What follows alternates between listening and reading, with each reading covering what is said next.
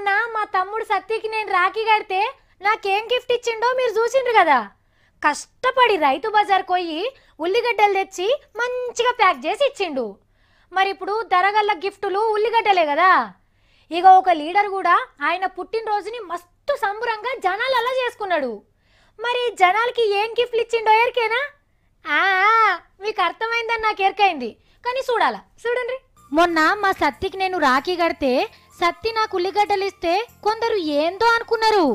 కానీ వరంగల్ జిల్లా పరకాల కాడ చూడుండ్రి, పుట్టినరోజు నాడు చాక్లెట్లు కేకులు కాకుండా ఉల్లిగడ్డలనే వంచుతున్నారు.